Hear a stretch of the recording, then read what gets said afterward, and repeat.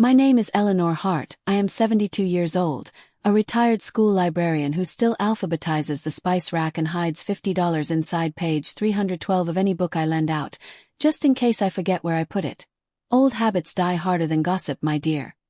So imagine their faces when I pushed open the mahogany doors of my own dining room, rainwater glittering on my gray coat, and found my children toasting my peaceful passing, with cold champagne as I stood there breathing and holding the title deed to this very house in my hand. What would you have done in my shoes? I watched the bubbles rise in their flutes, the chandelier throwing dappled light over the gold foil necks of 3 bottles, and I listened to Oliver, my eldest, cheeks flushed, declare that Mom would want us to celebrate her freedom, while my daughter, Grace, cried pretty tears in a dress she once promised never to wear until she had earned it herself. Do you see the way truth curdles when greed warms it? The florist had tied white lilies on the staircase banister, a macabre garland as if my steps were already casket still, and beside the cake. Yes, a cake. Someone had piped "Forever in Our Hearts" in curlicue frosting that sagged at the R, like a guilty conscience. Who orders cake for a funeral, you ask? Surprise, I said, because I am my father's child and sarcasm is our family's cinnamon, sprinkled when the stew is too bitter, and 11 faces swung toward the doorway. Children, in-laws, my late husband's brother who calls me dear like he's polishing a knife, each of them aging 10 years in a heartbeat while I stood straighter and set my walking stick like a gavel on the marble. Have you ever heard a room forget to breathe? There are certain satisfactions reserved for the elderly. Untying a stubborn knot with patient fingers, finishing a jigsaw without missing a piece, and delivering the truth like a letter that finally found its address. I lifted the crisp vellum of the title deed, let it snap between my fingers and said, "This house is not for sale, not for division, not for your parties. I am alive, and more than that, I am paying attention." Do you know the cost of a sentence like that? Grace's lipstick trembled into the tiny lines around her mouth and she whispered, "Mom," the way a child whispers to the night when she hopes the monsters are polite, while Oliver slammed his flute down and champagne jumped like startled fish. He had always been my loud one, a boy who mistook volume for clarity, and now he boomed, "We thought you were gone, Mom," the doctor said, the neighbor said. "But lies need many fathers, don't they?" "Funny," I said, "because my doctor called me lucid this morning, and the neighbor's greatest qualification is hearing through 2 walls," and I walked further in, my shoes wetting small moons on the parquet, past the framed photos they hadn't even bothered to dust, past the charity tin they had placed by the door with a Sharpie sign, in lieu of flowers, for the estate transition fund, as if grief required a budget. When did love become an invoice? I stopped by the head of the table where Harold's chair, my late husband, may God keep his temper busy elsewhere, sat like a small throne with a dent only my patience could read, and I placed the deed on the linen runner. Paper looks fragile until you remember wars are signed into being, and so are salvations. What do you think they were about to sign into mine? Uncle Bernard's cough found its manners and stayed inside his chest. He adjusted his cufflinks and attempted benevolence, the way a cat attempts vegetarianism, saying, "Eleanor, a misunderstanding, surely. Children grieve erratically." But I raised my hand and the room remembered I taught generations to hush without raising my voice. Have you ever commanded silence with nothing but an old woman's spine? "I will tell you what happened," I said, and my voice surprised even me with how steady it stood. "I will tell you how we reached this day of toasts and tidy lies," and I felt something young spark in my ribs, the same spark that had guided me through the small-town library during hurricanes and budget cuts and teenagers who believed rules were a rumor. Are you ready to see where the spark began? But first I wanted them to look at themselves. I wanted the mirror of a moment to show them their reflections plain, so I gestured at the cake and asked, as gently as winter, "Did you choose vanilla for me or for your photographs?" And no one answered because truth is shy when the lights are too bright. Slowly, I lifted the cake knife, the silver cold in my hand, and I cut a thin slice as if I were sharing a birthday with my second life. Would you have tasted it too, out of spite or ceremony? The first bite was sweet and heavy on the tongue. Grief cake, I decided, was simply sugar with etiquette, and I placed the plate down and tapped the deed once more, a librarian checking out the Book of Reckoning. "Sit," I told them, not my children now but my audience, and chairs whispered across the floor as they obeyed, moths circling a flame they'd mistaken for an exit sign. Have you ever mistaken fire for rescue? Before I tell you the beginning, I must tell you the rumor that almost became my end. It started with a fall, a Tuesday, a drizzle, and a staircase that believed itself a ladder to heaven. My knee buckled, my head rang, and the neighbor, Susan with a dog that barks at wind, saw the ambulance and stitched a story faster than the paramedics. She told her sister, who told the choir, who told the town, that Eleanor Hart had slipped the coil and freed her children to manage the estate. Do you see how a slip can become a shove? They did not call me, they called my lawyer. They did not bring soup, they brought a notary. And when I came home from the hospital with stitches and a headache and a craving for tea, I found my answering machine swollen with platitudes and plans that did not include me. I pressed play until the tape hiccuped, and listened to my children speak in the conditional tense, like vultures discussing weather. When the house is sold, when the accounts are consolidated, when mom's things are sorted, as if motherhood were a drawer to be tidied. Can you hear how a voice breaks when it recognizes its own address and betrayal? I will tell you how I raised them, how I loved them, how I failed them, and how I learned to stop apologizing for surviving the very people I taught to cross the street. But as I stood there in my own dining room, I realized something sharp and simple.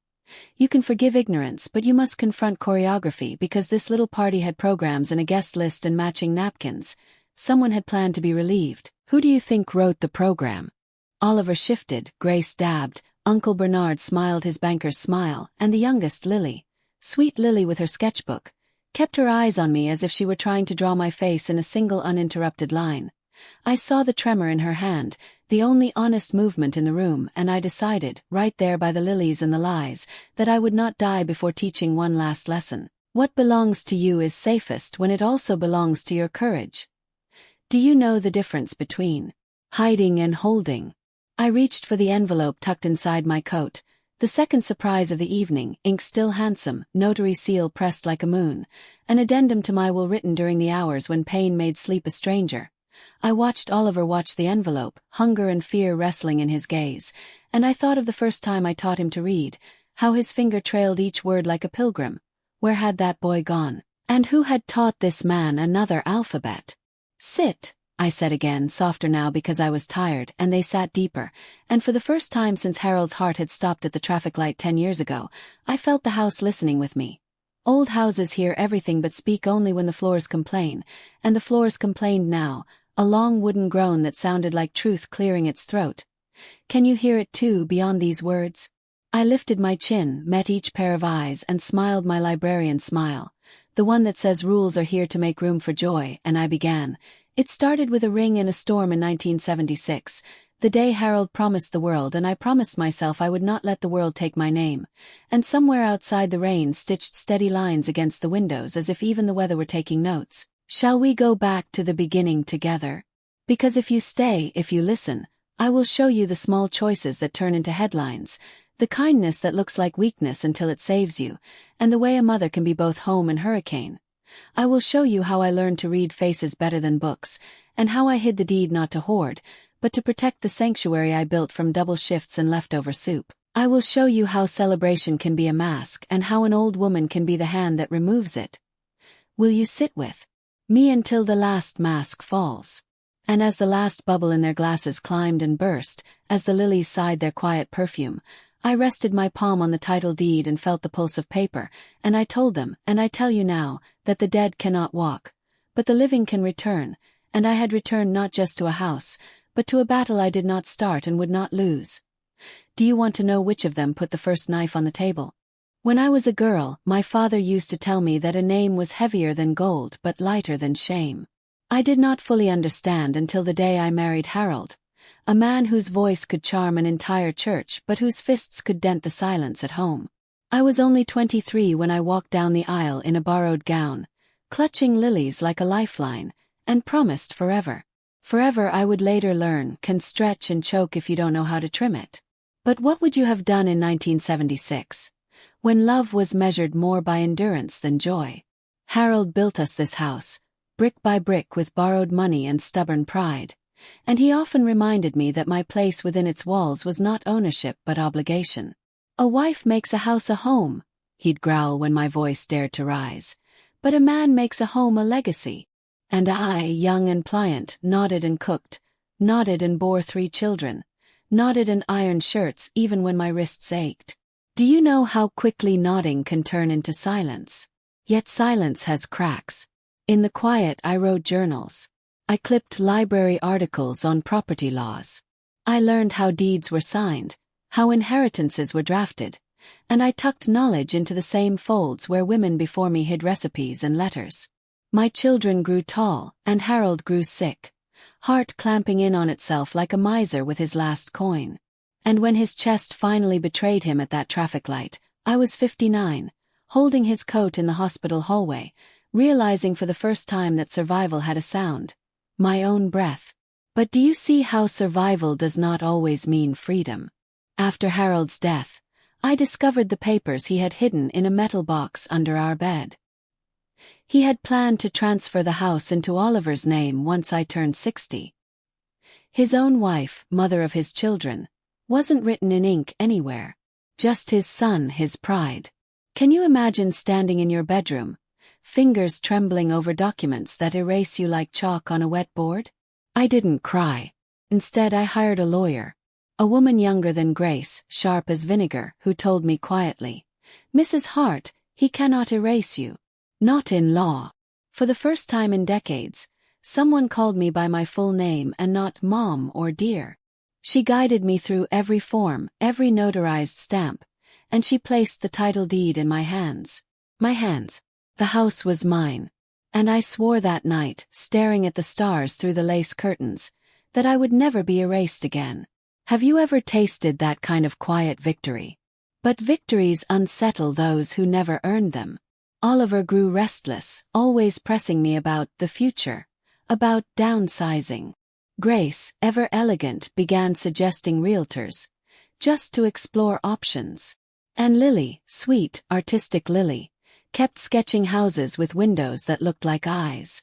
I saw my children circling, and I smiled and served them tea. Because you cannot warn a crow away from carrion, it must learn when the meat bites back. Don't you agree? Then came the Tuesday fall. My knee buckled, my skull kissed the banister, and the ambulance lights painted my windows red. In those hours while I lay stitched and drugged in a hospital bed, Susan, the neighbor, told the world I was gone. Oliver didn't call me. He called the lawyer. Grace didn't bring me a scarf. She brought champagne. Lily didn't join them that first day. She sat by my bed sketching my bruised forehead as if to remind herself I was still flesh. Can you see already which child still remembers love? When I returned, the house smelled of polish and lilies. Too clean. Too arranged. The air itself whispered that I had outstayed my welcome in the story they'd written for me. And in the weeks that followed, I overheard the phone calls, words spoken in half-whispers and half-truths, about selling in spring and splitting evenly. Evenly, as if I were a ghost already, as if my decades of work were furniture that came with the property. Would you have confronted them then, or waited? Waited. Because patience is an old woman's last currency. I baked cakes, hosted Sunday dinners, folded laundry for Grace when she forgot hers at my place, and nodded as Oliver spoke of investments. All the while, the deed sat tucked behind page 312 of a library copy of Wuthering Heights. They never thought to open it. Why would they? They assumed I was too old to remember where power lived. Tell me, do you see the beauty in hiding strength where no one bothers to look? And so, when the funeral celebration arrived, balloons, champagne, cake, I walked in wet from the rain with that deed in my hands. They wanted me erased. I returned rewritten. And yet, as I stood in that room watching their faces collapse, I realized, this was not an ending. This was a beginning. Because a mother can forgive, but a mother must also teach. And I had a lesson sharper than any switch. Do you want to hear the first line of that lesson? It began the day I told Oliver something he never expected to hear. Son, you will not inherit this house at all. Oliver's face twisted as though I had spoken a curse, not a sentence. His lips parted, then closed, then parted again, like a fish pulled from water and gasping for air. What do you mean, Mum? His voice cracked, half fury, half disbelief. He had built his entire future on this house, the same way Harold once built his ego on it.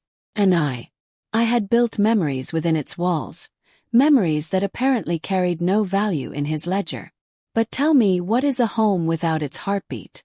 Grace stood behind him, fingers digging into his sleeve as though to steady herself. She whispered, "Mother, surely you don't mean that. We're your children. Who else would inherit it?" Her voice was sugar laid over steel. I could hear the calculation already, the panic hidden beneath the polish. Grace had always cared for appearances, but appearances are fragile things. Do you know what happens when a mirror cracks? I mean exactly what I said, I replied. My hand rested on the deed, firm and unwavering. This house will not be yours, Oliver. Nor yours, Grace. Not unless you learn what it means to honor the living, not just feast on the dead. My words sank into the silence like stones into water, sending ripples through the room. And in those ripples I saw fear, because greed trembles when faced with loss. Have you ever watched someone choke on their own entitlement? Uncle Bernard cleared his throat. Always the opportunist, always circling like a hawk. Eleanor, surely this is a matter best discussed privately. Families grieve differently, and perhaps your children were only preparing. His smile was thin like the blade of a knife. He wasn't defending them. He was defending his chance at a share. I looked him in the eye and wondered how many years he had waited for my chair to be empty. Do you see how vultures circle long before the body cools? Oliver slammed his hand on the table, rattling the champagne flutes. We are your blood, Mum. Everything Dad built, he built for us. And you're standing there telling me it's all for nothing. His voice thundered, but thunder without lightning is only noise. He did not notice the tremor in Lily's hands, the way her eyes flicked to me like a compass desperate for true north. Tell me, would you have broken then, or held the silence like a weapon? Held it. I let Oliver stew in his fury until the air thickened. Then I said softly, "Your father built these walls, yes. But I kept them standing. I scrubbed them, I paid for their repairs. I held them together when his fists cracked more than plaster. And when he tried to erase me, I rewrote the story with my own hands. You were too young to see it, Oliver, but this house has never truly been his. And it will not be yours either. Not while you treat me as though I am already gone. Do you hear how truth sounds when it refuses to bow?" Grace's tears came then, soft and glittering. But I had lived long enough to know her tears were a performance, not a confession. She had learned young that tears bend men, but I was no longer bendable. "Mother," she whispered, "we were confused. We thought you had passed. We wanted to celebrate you in our way." She gestured at the cake, the champagne, the lilies. Celebration. A word stretched so far it snapped. What kind of celebration excludes the very person it claims to honor? Lily finally spoke. Her voice so small it could have been lost if I hadn't been listening with my soul. "Grandma, I knew you weren't gone. I told them. But they said I was being naive." Her eyes filled and she bit her lip. "I saw your shoes by the door that morning. I knew you'd never leave without them." Ooze. Such a small detail, overlooked by the greedy, caught by the innocent. Sometimes love is nothing more than paying attention. Do you see how clarity shines through the youngest eyes? I walked to Lily and placed my hand on her shoulder. She trembled but did not move away. "You," I said loud enough for every ear in the room, "are the only one who remembered me as alive. For that, you will always have a place in this house. Not because of blood but because of heart." Gasps rippled through the room. Grace's face hardened. Oliver muttered a curse. Bernard's eyes narrowed. But Lily. She clutched my hand as though it were an anchor in a storm. And isn't that what family should be? An anchor, not a weight. Oliver rose to his feet, towering over me, his fists clenched. "You can't do this, Mum. You're not thinking straight. You're old, you're fragile. Someone must take responsibility." Responsibility. That word twisted in my ears. Responsibility had been my burden for decades while Harold shouted and the children demanded and the world assumed. Now they wanted to claim it only when it came with bricks and land. Can you hear the hypocrisy? I straightened my spine, let the years of endurance steel me, and stared him down. "I am not fragile, Oliver. I am awake. And I see you clearer than ever before. Sit down. For the first time he hesitated. A grown man, stopped not by force but by the gravity of his mother's resolve. Slowly, he lowered himself back into his chair, his eyes burning with a fire he could not control. Have you ever seen a child realize the leash was never in his hands? The room was still, every breath measured, every eye fixed on me. I picked up the deed again and slid it back into its envelope. This is not about ownership, I said, but about legacy. And I will not leave a legacy of greed and betrayal. My words carried through the silence, seeding doubt, fear, and perhaps understanding. And just as the air grew thick with unspoken questions, I heard the front door creak open. Another voice floated in, casual, unbothered, slicing the tension in half. It was the lawyer. "Eleanor," she called, stepping into the dining room with a leather folder under her arm. "I came as you asked. Is this a bad time?" The room erupted. Every head turned toward the doorway as if judgment itself had walked in wearing black heels and carrying a folder. My lawyer, Amanda Wells, 32, sharp-eyed, sharp-tongued, and the only one in this entire room who had ever looked me in the eye and seen a person instead of a prize. She paused just inside the dining room, her gaze sweeping across the champagne, the cake, the trembling faces. She knew. In that instant, she knew exactly what had transpired here. Can you imagine the hush when truth steps into a room dressed in confidence? Oliver was the first to break. "And who might you be barging into a family gathering?" His voice dripped with disdain, as if disrespect could erase the power Amanda carried. But she didn't flinch. She had dealt with men like him in courtrooms, in boardrooms, in small-town offices where arrogance wore cologne. She smiled faintly, like someone who already knew the ending of the story. "Don't you envy people like that?" Amanda set her folder on the table beside the untouched champagne flutes. "I'm Mrs. Hart's attorney. I was invited." Her words rang clean and precise, cutting through Oliver's bluster like glass shattering. She turned her eyes on me then, and I gave a small nod. This was the moment I had been preparing for since I first found Harold's hidden papers. "Do you see how sometimes the best revenge is not loud, it's legal?" Grace scoffed, tossing her hair back like a younger version of myself that I barely recognized. "Attorney? Really, Mother? You had to bring in a stranger to settle family matters." Her voice quivered on that last word, because she knew the irony too well. Family had planned my funeral while I was still breathing. Family had celebrated my absence instead of guarding my presence. Family had betrayed me. Tell me, would you still call them family? Amanda opened her folder, sliding out crisp papers with neat signatures and embossed seals. "I won't take much of your time," she said evenly, though her eyes flickered with steel. "I'm here to clarify some misunderstandings. This house, this land, and every account tied to Mrs. Hart is legally secured under her sole ownership. It cannot be sold, divided, or transferred without her consent." Her words fell heavy, final. Have you ever watched greed drain from a room like blood from a wound? Oliver leapt to his feet again, his chair clattering backward. "This is outrageous. That's not what Dad wanted." His face reddened, his hands trembling with the fury of a man who has lost a battle before it even began. "Everything he built, everything was supposed to come to me, to us." His voice cracked, a child's tantrum hidden beneath a man's bark. And in that crack I saw the truth. He didn't want responsibility, he wanted reward. Do you see how selfishness always reveals itself when pressed? Amanda didn't even glance at him. She turned back to me, her voice calm. "I also brought the updated addendum to your will, Mrs. Hart, just as you asked." She slid the envelope closer, her manicured nails tapping once on the seal. Every eye followed it, wide and hungry. "Would you like me to read it aloud, or shall we keep it for later?" The air in the room grew taut as a violin string.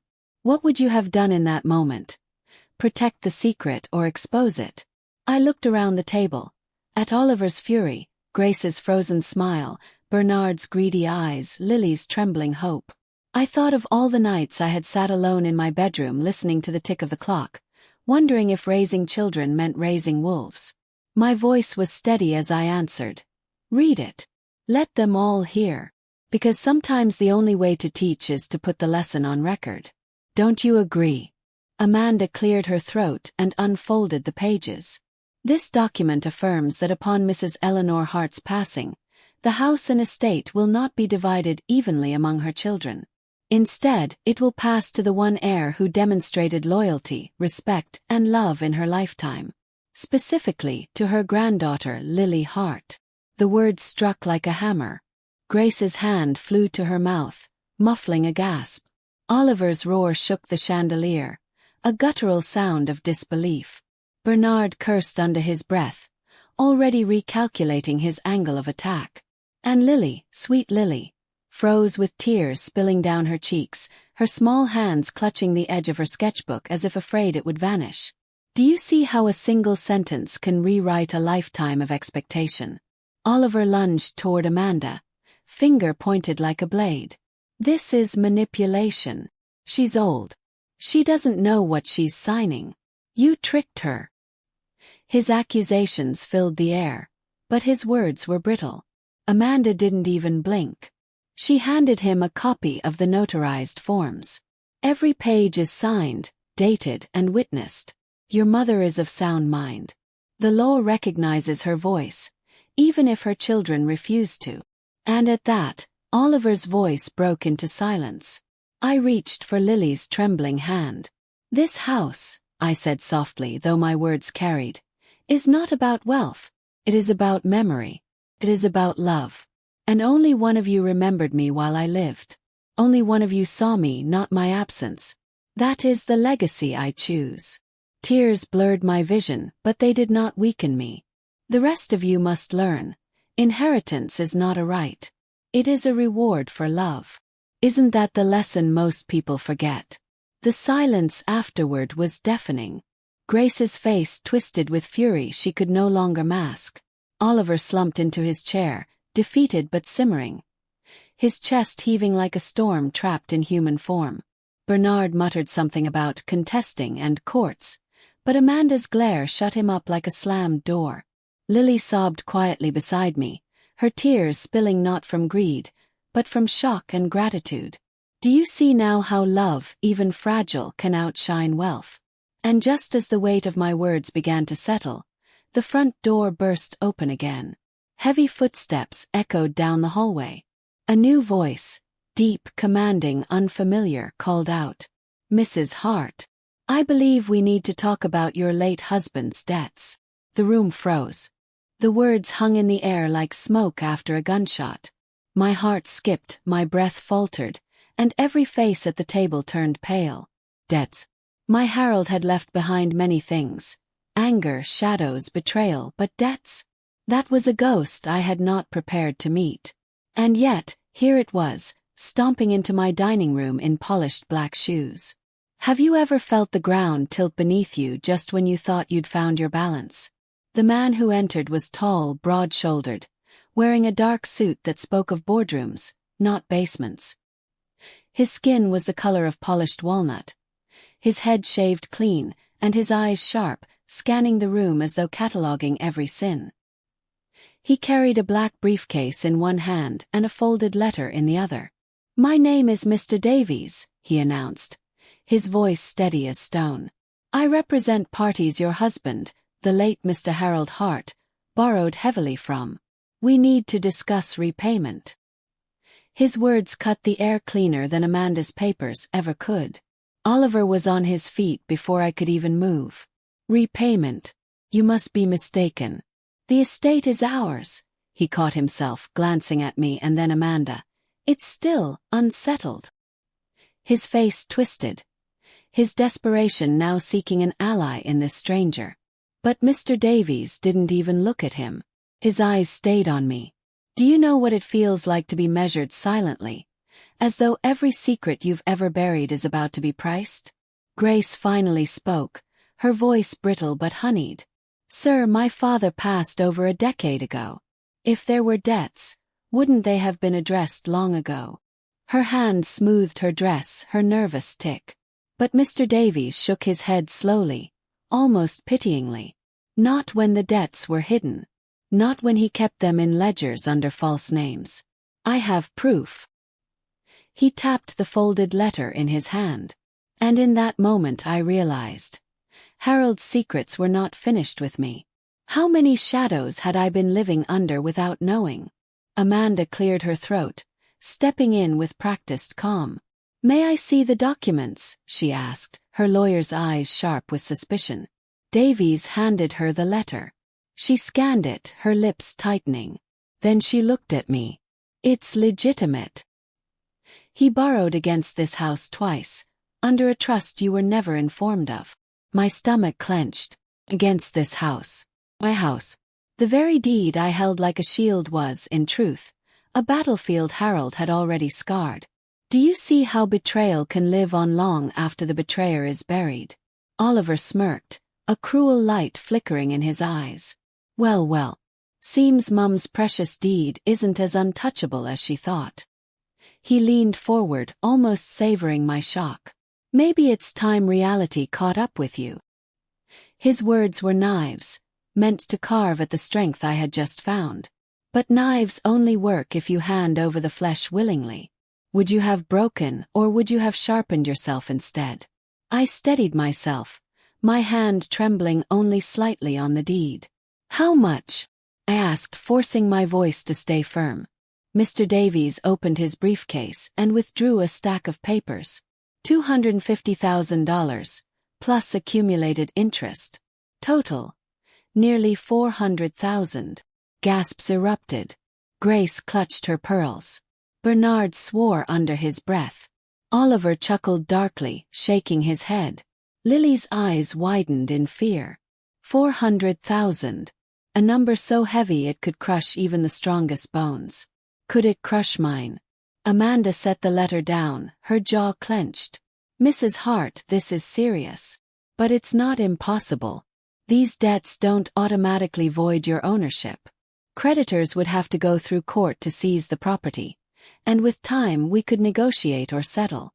But, she glanced at Oliver and Grace, her eyes narrowing, if any of your family contests your ownership, they could attempt to use this as leverage. Oliver leaned back smugly. Leverage. Now that's a word I like. His voice dripped with satisfaction, as though Harold had reached from beyond the grave to gift him a weapon. Grace's eyes flickered with calculation, already imagining how to spin this to her advantage. And Bernard? He only smiled, the kind of smile that says he had been waiting for chaos to make his move. Tell me, would you call this family, or a pack of wolves circling fresh meat? I reached for Lily's hand again, and she squeezed it tight. Grandma, she whispered, her voice breaking. What's going to happen to us? To the house. Her fear was raw, unmasked. She wasn't thinking of inheritance. She was thinking of home. And in that moment I knew. This battle was no longer about protecting bricks or deeds. It was about protecting her, and the lesson I wanted carved into her heart. That love and resilience were stronger than greed and debt. But how do you teach that when the walls themselves are under siege? Amanda's eyes locked on mine. We have options, Eleanor. But we need to act quickly. If Mr. Davies files claims, things will get messy. And your children, her gaze swept over Oliver and Grace, may not stand on your side. I nodded slowly, my heart heavy. Then we will fight, I said softly, because I did not survive Harold's fists and my children's betrayal just to lose everything to ghosts and vultures. My words rang truer than any hymn. Mr. Davies closed his briefcase. His expression unreadable. You have 30 days to respond. After that, proceedings begin. He gave a small nod and left, his footsteps echoing like a countdown. The door shut, and the silence he left behind was louder than his presence. 30 days. Month. That was the new horizon. And in that silence, Oliver leaned forward, his eyes burning. 30 days, Mum, he said coldly. Maybe it's time you accept that this house doesn't belong to you anymore. But before I could reply, Grace's phone buzzed on the table. She glanced at it, her face draining of color. Her eyes flicked to me, wide with shock. "Mother," she whispered, her voice trembling. "Did you know? Dad had another account. One none of us ever knew about." The room erupted once again. Grace's words struck like thunder in a clear sky. Another account. My breath caught, my pulse raced. For years, I had believed I'd unearthed every secret Harold buried. The ledgers, the debts, the trust papers I'd found beneath our bed. But an account. Hidden from all of us. The room tilted as if the very walls were leaning in to listen. Can you imagine standing in a house you thought you knew, only to learn it still had hidden rooms in its bones? Oliver snatched the phone from Grace's trembling hands. "What account?" he demanded. His eyes devoured the screen, his face twisting between rage and glee. This says Dad had an offshore account. Cayman Islands. Nearly $500,000. His voice cracked with disbelief, his knuckles white around the phone. Then he looked at me, sneering. "Did you know about this, Mum? Did you keep this from us too?" His accusation cut sharper than any blade. "Have you ever been accused of a crime you didn't commit, by the very person you once carried in your arms?" "I knew nothing," I whispered, my voice thick with both shock and exhaustion. Amanda leaned closer, her lawyer's instincts whirring. "Show me the message," she said firmly. Oliver hesitated, but she yanked the phone from him with the precision of someone who'd done it before. Her eyes scanned, her jaw tightening. "It's legitimate," she said at last, her voice low but certain. "The bank records confirm it. Harold kept this hidden from everyone." She turned her gaze to me, softer now. "Mrs. Hart, this changes everything." Grace's hand flew to her mouth, her eyes darting between Amanda and me. $500,000, if this is real then." Her voice trailed off, trembling with greed. The irony burned. Not moments ago they had been mourning debts, but the scent of money was enough to resurrect their ambition. Isn't it strange how grief vanishes when gold is mentioned? Bernard finally spoke, his voice oily, calculated. "Well, Eleanor, perhaps this is your salvation. Use the account to clear Harold's debts, and the house remains untouched. A neat solution." His smile didn't reach his eyes. He wasn't offering salvation. He was baiting a trap. I could see it in the way Oliver leaned toward him, in the way Grace's breathing quickened. They were already plotting how to seize what Harold had left. Do you see how greed always finds a new mask to wear? I straightened in my chair, though my bones ached and my heart was heavy. "If such money exists, it will not be a feast for scavengers," I said, my voice trembling but clear. "If it clears the debt, then so be it. But don't mistake this for your inheritance. Not 1 cent will be yours until you learn what family means." My words fell into silence, but I knew, they hated them. They hated me for holding the line, for reminding them that love cannot be bribed. Would you have softened or sharpened as I did? Oliver's laugh was hollow, bitter. "You talk about family, Mum, but you've spent years keeping secrets. Maybe you're no better than Dad. Maybe you're worse." His words slashed, meant to wound. But instead of bleeding, I felt a fire ignite in my chest. 'Cause he was right in part. I had kept secrets. Not to harm but to protect. Not to steal but to survive. And I would not apologize for surviving. "Tell me, would you?" Amanda closed the folder with a snap. "Enough," she said firmly. "The account is real. The debts are real. But the law is clear. Eleanor is the sole owner. The decision of how to use that money is hers alone. Contest it, and you will lose in court." Her voice was thunder now, not mine, and for once, Oliver fell silent. Grace bit her lip, fury trembling in her shoulders. Bernard leaned back, his smile fading. "And Lily?" Sweet Lily looked at me with wide, tear-filled eyes that begged me not to crumble. I turned to her, brushing a strand of hair from her face. "Do you see now, Lily?" I whispered, though the whole room could hear. "This is why I fought for this house. Not for money, not for pride, but so that truth and love could live here, even when shadows tried to bury them. Her tears spilled over, and she nodded, clutching my hand as if it were the last solid thing in a world of shifting sand. Doesn't it always take the youngest to remember what matters most? The tension simmered, unbroken, until Oliver leaned forward again, his eyes dark. So what now, Mum? You clear Dad's debts, and then what? You think this house will protect you forever? You think Lily will hold it after you're gone? People like Bernard will circle. Banks will circle. And one day, there'll be nothing left. His voice was poison, dripping slow. Unless, he paused, letting the word dangle like bait. Unless you sign it over now. Me. I'll handle everything. The room stilled. Grace inhaled sharply. Bernard smirked. Amanda's eyes narrowed.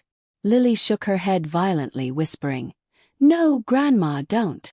And I felt the weight of decades press against me. The lies, the debts, the betrayals. Oliver's hand reached across the table, palm open, as though offering rescue. But rescue from him was only another kind of drowning. I let the silence grow heavy. Then, with my gaze locked on my son, I said slowly, "Oliver, you may get this house one day, but only over my dead body." The chandelier trembled above us as if the house itself had heard my vow. And in Oliver's eyes, for the first time, I saw not disappointment or anger, but something darker, something dangerous.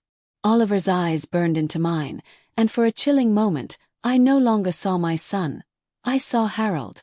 The same clenched jaw, the same storm gathering in silence before the outburst. My stomach twisted as if decades had folded back on themselves. History, it seemed, was determined to repeat itself. Only this time the battleground was not my body but my home. Have you ever looked into the eyes of someone you raised and realized they had become the very shadow you escaped? He leaned closer, his voice low but sharp. "Careful, Mum. Words like that have consequences." His threat slithered across the table, poisoning the air.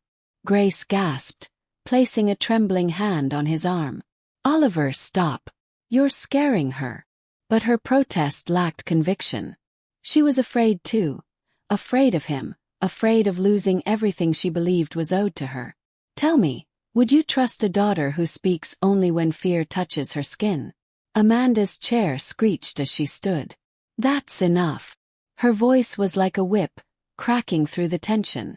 "Mrs. Hart is my client, and if you so much as hint at intimidation again, I will ensure a restraining order is filed before sundown." Her words were steel, but Oliver only smirked, a dangerous smile that reminded me of Harold's grin before a blow. "Go ahead," he sneered. "Paper shields won't save her." His confidence chilled me more than his rage. Can you imagine a child so certain he holds power over his own mother?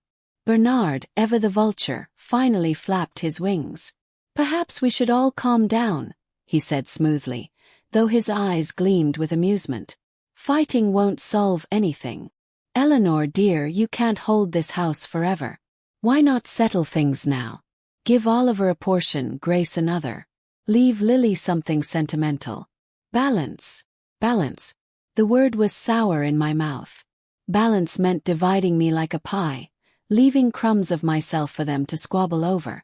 What good is balance when it favors only the greedy? I looked at Lily, whose small frame trembled beside me, but whose grip on my hand was iron. "Don't do it, Grandma," she whispered fiercely. "Please don't. They don't care about you. They never did." Her eyes burned with tears, but also with truth. For all her youth, she saw more clearly than the rest combined. Isn't it strange how innocence often carries the sharpest vision? I drew in a long breath, steadying my voice. "This house is mine. It will remain mine until I decide otherwise. If you want to contest it, go ahead. But understand this." I leaned forward, my voice rising like a tide. "I am not dead. And while I live, I will fight you with every ounce of strength left in me." My words echoed off the walls, bouncing back like a chorus. For the first time, Oliver's smirk faltered. Have you ever seen arrogance stumble? Grace's face contorted, a mix of desperation and fury. Mother, listen to yourself. You're clinging to bricks and wood as if they're more important than your family. Her voice cracked on the last word, betraying her own guilt. I stared at her, unflinching. Family, I said quietly. Family does not toast my death with champagne. Family does not plot behind closed doors while I lie in a hospital bed. Family remembers the living, not just the inheritance. My words sliced through her, and she flinched as though struck. Doesn't truth always sting the hardest when it unmasks hypocrisy? Amanda placed a protective hand on my shoulder. Mrs. Hart, we should adjourn for tonight. The stress is too much. But I shook my head. Well, this was my house, my table, my fight. I would not retreat. We finish this here, I said firmly. The chandelier flickered above us, the old wiring humming as if the house itself lent me its strength. Oliver's fists slammed the table, rattling glasses and sending the knife clattering to the floor. If you think you can cheat us out of what's ours, you're delusional. His voice roared, veins bulging in his neck. He turned to Amanda, eyes wild. You don't belong here. You're feeding her lies. This isn't her. She's confused, fragile, weak. Each word was spit with venom, each meant to break me. But weakness was a language I had long since unlearned. I stood slowly, my knees aching but my spine straight. My voice was calm, steady, stronger than the storm raging across from me. Fragile women do not raise children through hunger. Weak women do not survive fists and fury. Confused women do not rewrite their fate with ink and law. I am not fragile. I am not weak. And I am certainly not confused. The room fell silent, every eye fixed on me.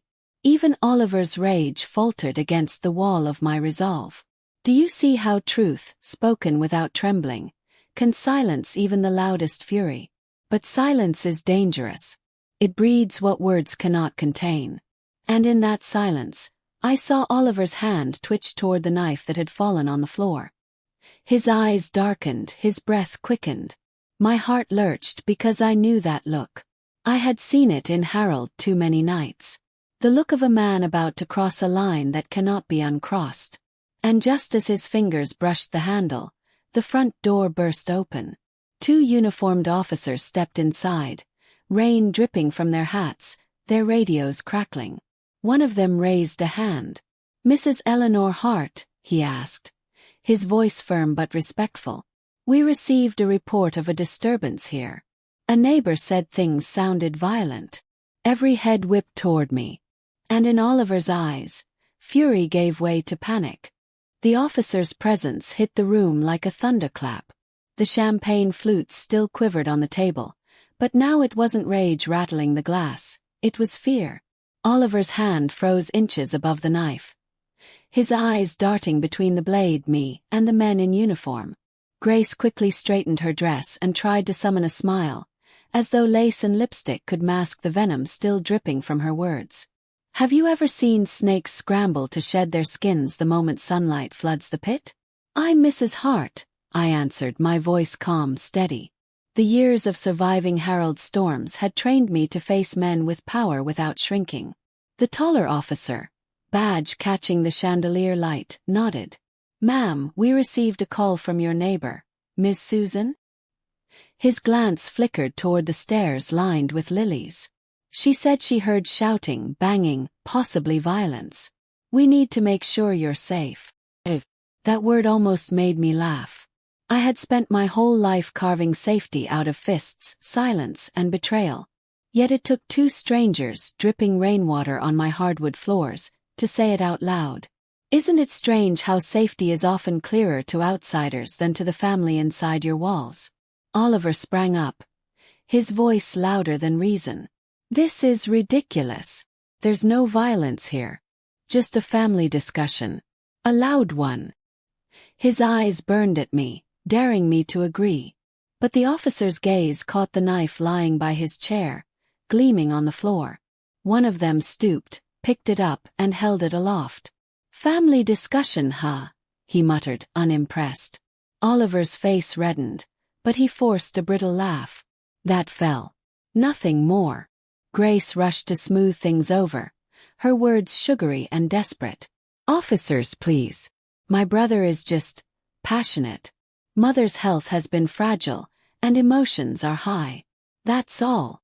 She shot me a look, pleading for me to nod, to cover their tracks one more time. But I had done enough covering in my life. Would you have protected them or finally let the truth breathe? I lifted my chin, my voice firm. "Officers, I am not fragile. I am not confused. And I am not unsafe, at least not from strangers." The words struck, a confession and accusation all at once. The shorter officer's gaze sharpened, shifting from Oliver to me. "Are you saying someone here threatened you, ma'am?" Silence thickened the room. Every heartbeat was a drum. Grace's lips parted. Bernard's hands twitched. Oliver's jaw clenched. Lily's grip on my sleeve tightened like a child clinging to a tree in a storm. Amanda's voice broke the silence, crisp and commanding. "Yes, my client was being intimidated. I witnessed it myself. You'll find it noted in my prepared documents if you need corroboration." She opened her folder with surgical precision, pulling out the paper she had carried like a shield all evening. The officers exchanged glances. One scribbled notes. "And Oliver?" He laughed, bitter and sharp, but his eyes betrayed the first flicker of fear. "Intimidation," he barked. "She's my mother. We were having a family argument. Since when is raising your voice a crime?" His bluster filled the space, but his words fell flat against the sight of two men in uniform holding evidence of his temper. Do you see how quickly rage wilts when authority enters the room? The taller officer stepped closer to me. "Ma'am, do you want us to remove anyone from the premises tonight?" "That's your right." Question hung heavy. Remove my son, my daughter, my husband's brother, the people I had carried, cooked for, clothed and shielded for decades. My throat tightened, torn between blood and truth. But Lily's trembling hand reminded me, blood means nothing without love. I inhaled, exhaled and said clearly, "Yes, I want Oliver removed. For my safety." The words stunned the room. Grace gasped. Bernard cursed under his breath. Oliver's face twisted into disbelief, as though I had stabbed him myself. "Mum, you can't mean that. You're choosing them, strangers, over me." His voice cracked, a wounded child masquerading as a man. But I stood firm. "No, Oliver. I am choosing myself." The officers moved quickly, their hands firm on his arms. Oliver struggled, his voice rising. "This isn't over. You'll regret this, Mum. You think you're strong but you're old, weak. This house will swallow you whole without me." His words echoed as they dragged him to the door, rain swallowing his fury. And for the first time in decades, the house was quiet. Do you know how silence can sound like freedom? Grace collapsed into her chair, tears streaking her perfect face. "Mother, how could you? He's your son," she wailed. Her grief wasn't for me or for Oliver. It was for the inheritance slipping further from her reach. Bernard shook his head, muttering about lawyers and courts, already plotting his next move. "And Lily pressed her face into my side, sobbing quietly, whispering, "Thank you, Grandma. Thank you for choosing yourself." Her words warmed me more than any fire could. Amanda closed her folder with a snap. "That was brave," she said softly, though her eyes told me she knew the storm wasn't over. "But Eleanor, Oliver's right about one thing. This isn't finished. He'll come back and he'll come harder. You need to be ready." I nodded slowly, my hand resting on Lily's hair, smoothing it back. "Then let him come," I whispered. "I've fought bigger shadows than my son. And I'm not finished either." But even as I said it, a chill crawled up my spine. Because deep down I knew Oliver's fight was only just beginning, and his next move might not stop at intimidation. Would you like to know what he did first, once the rain swallowed him? I didn't sleep that night. The house was too quiet, the kind of quiet that presses against your ribs until you feel it in your bones. Every creak of the floorboards, Every whisper of the wind against the windows carried his voice. This isn't over. I lay awake staring at the ceiling, the deed tucked beneath my pillow like a weapon, Lily curled on the sofa nearby clutching her sketchbook as though it were armor. Have you ever felt danger even when the walls around you were solid? By morning, the whispers of dread became reality. Amanda called before the kettle had even boiled. Eleanor, she said briskly, Oliver filed an emergency petition. He's claiming you're incompetent, too old and confused to manage your affairs. He's asking the court to place the estate under his guardianship. Her words punched the breath from my chest. Incompetent. My own son branding me useless, unfit, senile, just to put my house in his name. Do you see how greed can wear the mask of concern? Grace arrived not long after, crocodile tears dripping onto my kitchen tiles. Mother, please don't fight him. He's only trying to protect you. You've been under stress and people are talking. Do you want the neighbors thinking you've lost your mind? Her voice was soft, rehearsed. But her eyes betrayed her. She wanted me to surrender, to hand them the keys and admit defeat. But surrender is death with the lights still on. Would you have given in just to keep the peace? Amanda wasn't shaken. She laid her files across the table, her movements sharp, deliberate. We'll fight this. You are lucid, Eleanor. I've witnessed it. I'll bring medical evaluations, testimonies.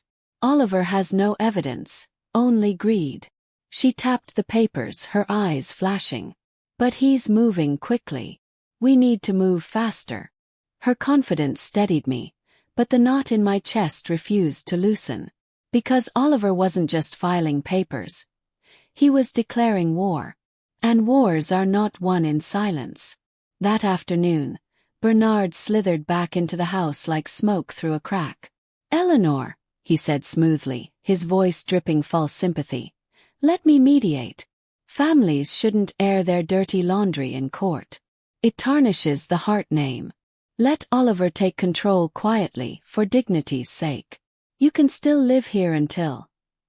His words dangled like baited hooks. Until I died. Until my breath ran out and my house was finally theirs. Isn't it funny how dignity always seems to cost you what they want? I stood firm, my voice sharper than I felt. Bernard, dignity doesn't mean erasing myself. Tell Oliver this house has teeth. If he bites, it will bite back. My words sent a flicker through his eyes, but his smirk remained. He left without another word, but I knew. He was the shadow whispering in Oliver's ear, fanning the flames higher. The days blurred into a tense countdown. 30 days for debts. Court hearings for guardianship. Each sunrise felt like another layer of siege. Yet in the midst of it, Lily's presence was my light. She sat sketching me at the kitchen table, her pencil tracing lines with such care. I want people to see you how I see you, she said softly. Strong. Alive. Not the way they talk about you. Her words pierced me deeper than any blade. Isn't it strange how love from the smallest voice can silence the loudest lies? One evening, just as the sun dipped and shadows swallowed the house, I found an envelope shoved under the door. No address, no signature. Inside was a single sheet of paper with 3 words scrawled in Oliver's angry hand. Sell or else. My knees weakened, my breath caught. 4 years I had endured fists, endured silence, endured betrayal, but seeing that threat from my own son made my blood run colder than any winter. Would you have called the police, or hidden it in a drawer like another scar? Amanda insisted on documenting it. This helps our case, she said firmly, snapping a photo. It proves intimidation.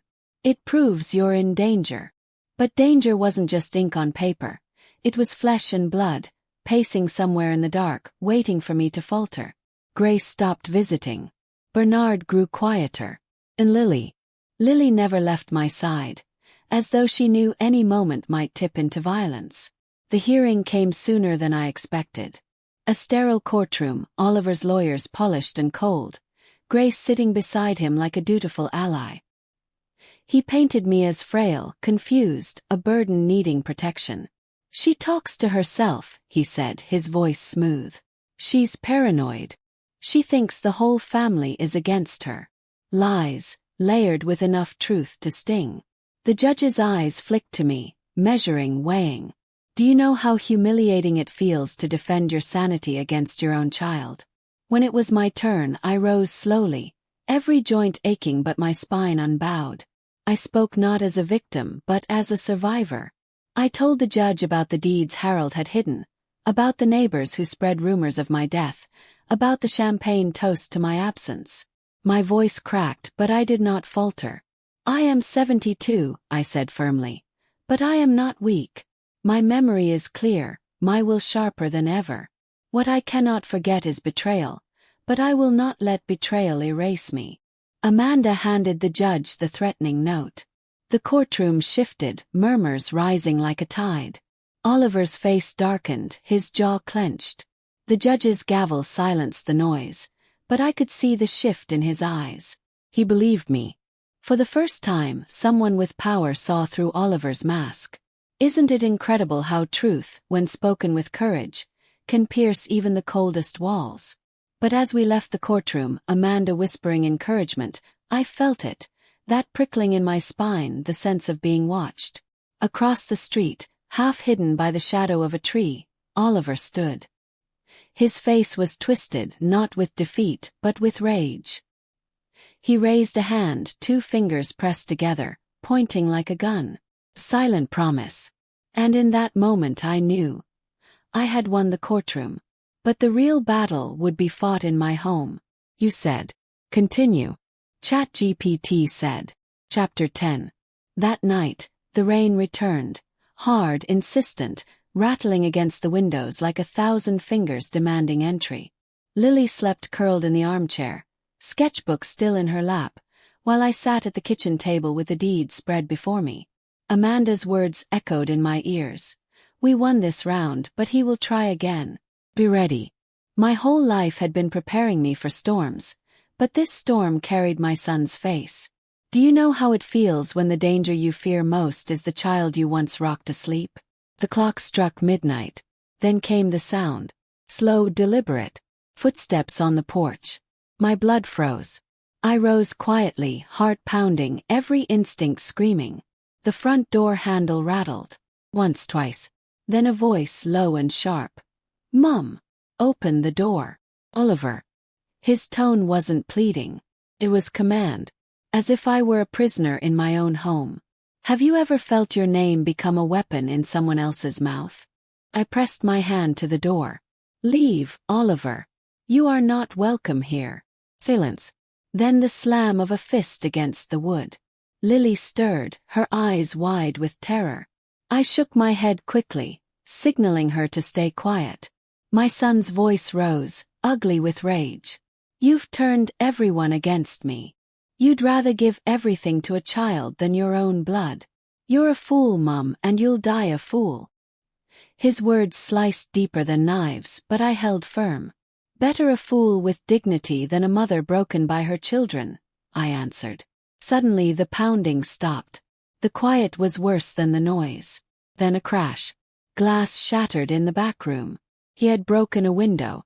Lily screamed, clutching my arm. My old body moved faster than it had in years. I shoved her behind me and grabbed the phone. Police, I whispered, my voice shaking. He's in my house. The operator's calm voice was a thread I clung to, but every second stretched like a rope about to snap. Oliver's footsteps thundered down the hallway. Closer, closer. Where are you, Mum? His voice was twisted now, half rage, half madness. I pressed Lily behind the pantry door, whispering, Stay here no matter what. She sobbed, but she obeyed. I stepped into the hallway, the weight of 72 years in my bones but fire still in my chest. He appeared at the end of the corridor, glass dust glittering on his jacket. His eyes were wild, his chest heaving. For a heartbeat, I saw the boy he had once been, the child who ran to me with scraped knees, who whispered secrets at bedtime. But that boy was gone. The man before me was hollowed by greed. Give it to me, Mum, he hissed. The deed. The house. End this now. I straightened, my voice louder than my fear. You will not take from me what I bled to keep. The words echoed off the walls, stronger than I expected. Oliver's hands trembled. He took one step closer, then another. And just as his shadow reached me, red and blue lights splashed across the windows. Sirens wailed. The front door burst open. Officers stormed inside, weapons drawn, voices commanding. Freeze! Step away! Oliver spun, stunned, caught between rage and fear. One officer pinned him against the wall. Another cuffed his hands. His fury spilled in a torrent of curses, but it was hollow now, powerless. The house itself seemed to sigh as they dragged him out. When the door slammed behind them, I sank to the floor, tears spilling down my cheeks. Lily rushed into my arms, sobbing. "Grandma, you did it. You're safe." I held her tight, my heart breaking and healing all at once. At last. Do you know how freedom feels when it comes at the cost of your own child? Days later, Amanda sat across from me, papers in hand. "The restraining order is permanent," she said. "The guardianship case is closed. Oliver will face charges for breaking and entering. Grace has distanced herself. Bernard has gone silent. You've won, Eleanor." Won. The word tasted bitter. Winning meant losing a son forever. But it also meant saving myself, and Lily. I looked at the deed, now sealed safely in Amanda's folder. This house was mine. Not Harold's. Not Oliver's. And one day it would be Lily's. Not as a trophy of greed, but as a testament of love. "This house," I told her softly, "will never belong to the loudest voice. It will belong to the kindest heart." She nodded, tears glistening, her small hand in mine. And so, the lesson remained. Blood may bind us, but love decides our legacy. Never let anyone, husband, child, or shadow, erase the worth you carved with your own two hands. Because sometimes, survival is the loudest inheritance you can leave behind. But even as peace settled, I couldn't shake the final image of Oliver's face as the police dragged him away. His eyes not broken, not defeated, but promising. Promising he'd be back.